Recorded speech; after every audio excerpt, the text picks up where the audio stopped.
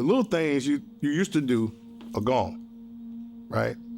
So you go into a deep depression. You feel like, if I can't do that no more,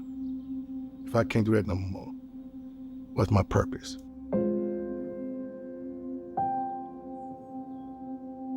You don't feel like you exist in the world no more. Because when you sick and you down, nobody's there. Now, I ain't talking about nobody. People you really thought would be there, get sick. You'll see who it is. Doctor said, Todd, your kidneys are totally not gonna work. You're gonna need a transplant. So my question was, can I still ball? Can I still play ball? And doctor said, maybe not. You don't know your fate, not until you're in the storm. You ask yourself, why me? And what did I do? And one day my wife went by the door and she said, I can't do this no more. I said, okay. So why you still here? Because I gotta go through this, I gotta go through this anyway, whether you're here or not. So we went to the procedure to get, separated. We was married for 14 years. And so you start thinking like, okay, you scared. People lie, they say they hate, but I was scared. If my own wife wouldn't have do it with me, how am I gonna get past this? I was still going to work like nobody even knew what was going on with me, because I still was going to work. I've known Todd for probably 6 years. We started working together. And if you know Todd, he's an entertainer, he's a storyteller. He's just got a personality that people gravitate toward.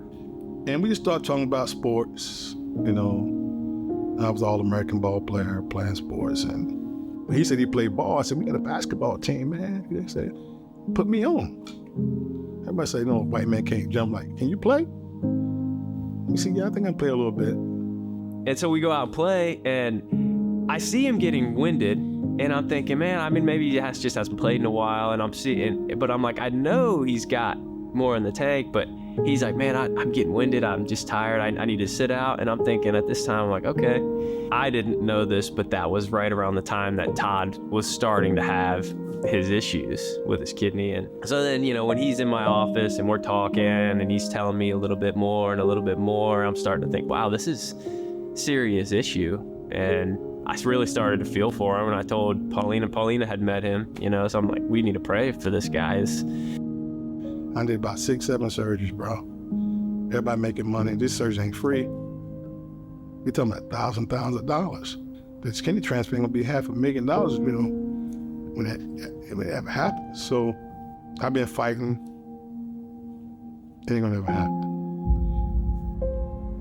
They got the procedures, you got guidelines. Just because you want to give me your organ doesn't mean I'm gonna get it. And the last step is like evaluation. They ask you questions about, do you know what you're about to do? We're not putting a Band-Aid on your leg.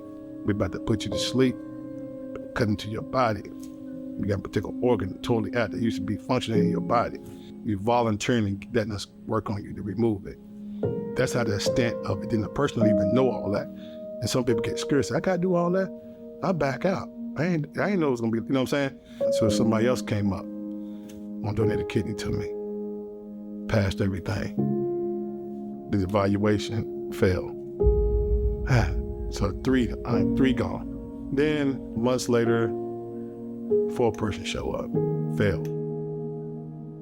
What I'm hearing these people say is like, you might be on the list for a year. You might be on the list for a year and a half. And I'm thinking, okay, well, Todd's been going through this for 3 years. So why is he not on the list? Why is he not at the top of the list right now? So I look at my phone, and I'm from Tennessee. So my aunt in Tennessee, 20 missed calls.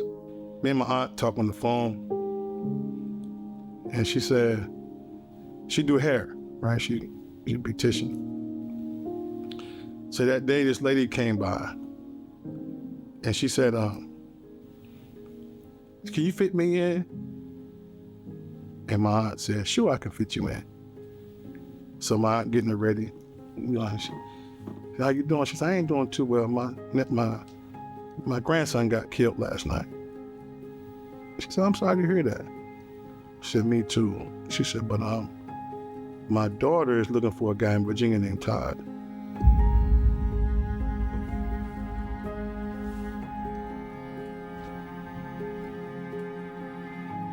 Ma said, there's only one guy in Virginia I know is Todd. They need a kidney. She said, well, my daughter wants you to have his phone number. So I called her, his number she gave me. That name Miss J, here's the little boy's mom. She said, hey Todd, how you doing? The nurse wanted to talk to you. Nurse got on the phone, she said, hey Todd, I'm Miss So-and-so. She said, are you ready for transplant? So you got, like, when you get a transplant, you got 4 hours to get to where you're going. If you can't make it, they won't give it to you. I called my daughter, she come get me, and boom. I wake up the next day, just thanking God for it. When I woke up from the transplant, is when I knew life meant something, right? So now I can get back to things I couldn't do no more. The moment that I saw him after that procedure, I saw a different individual. I saw life. I saw it on his face. I saw it seemed like there was just so much life that had just been breathed into him. The way that God put together this whole story and what Todd had to go through, and now that the new perspective that he has, that he is able to share with people who are going to feel that same depression. It just allows Todd to be a voice and just occupy what God has called him. I don't have a bad day. Since I had this surgery, I never had a bad day one time. I may have 2 hours of a day that's bad. I got a good day every day. Never a bad day, no more.